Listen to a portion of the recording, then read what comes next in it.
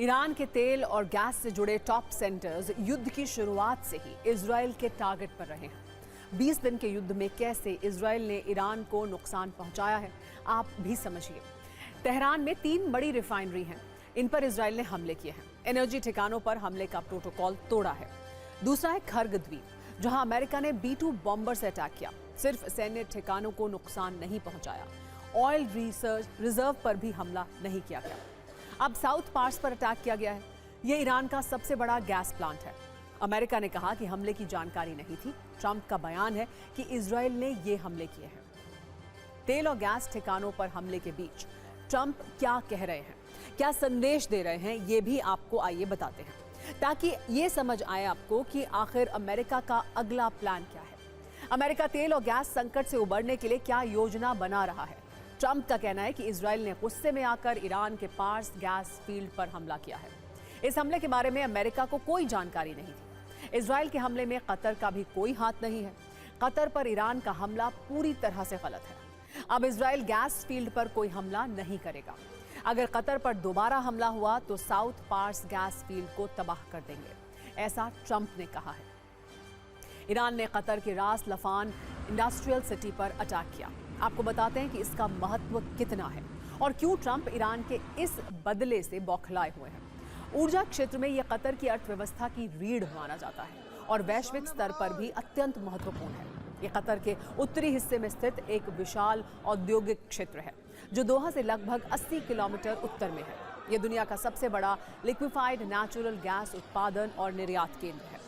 दुनिया में सबसे ज्यादा LNG उत्पादन यहाँ होता है।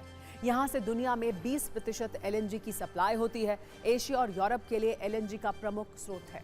2025 में 81 मिलियन मेट्रिक टन यानी 8.10 करोड़ मेट्रिक टन LNG का उत्पादन यहाँ से हुआ था।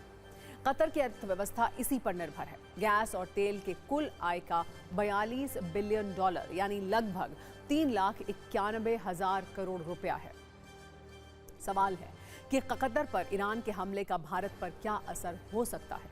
इसे आपको कुछ आंकड़ों के साथ आइए समझाते हैं। भारत का कुल LNG आयात 20 से 22 मिलियन मेट्रिक टन है। कतर से कुल आयात 10 से 11 मिलियन मेट्रिक टन है।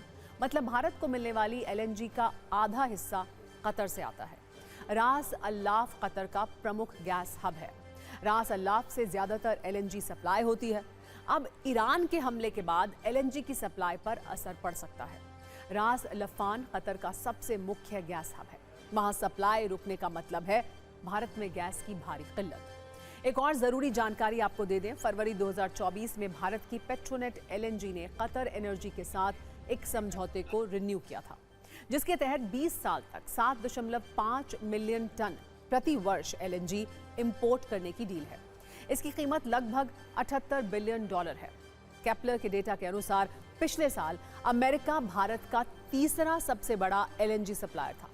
कतर और UAE के बाद अमेरिका ने कुल 25 मिलियन टन इंपोर्ट में 12% का योगदान दिया।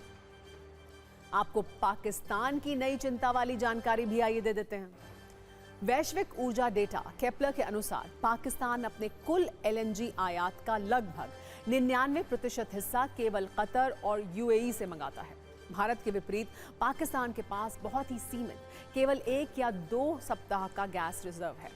ऐसे में आप ये समझ सकते हैं कि ये कितनी बड़ी चिंता है। वैसे भारत सरकार की इस पूरी स्थिति पर नजर बनी हुई है। आज थोड़ी देर पहले विदेश मंत्रालय ने भारत के रुख और अगली योजना की जानकारी भी दी। विदेश मंत्रालय के प्रवक्ता रणधीर जायसवाल ने बताया कि ऊर्जा प्रतिष्ठानों पर हमले बेहद चिंताजनक है। ये तुरंत बंद होने चाहिए। LPG की आपूर्ति एक चिंता का विषय है, इसलिए घरेलू उपभोक्ताओं को प्राथमिकता दे रहे हैं। Right from the very beginning, we have said that avoidance of targeting, we have called for avoiding targeting of civilian infrastructure, including energy infrastructure across the region.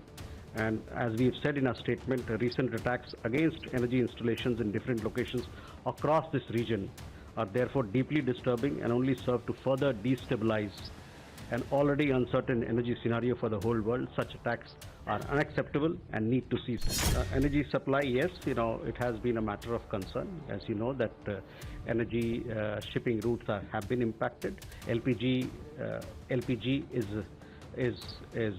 supply of LPG is a matter of concern. Therefore, we are prioritizing domestic consumption, domestic consumers first. Their needs will be taken care of.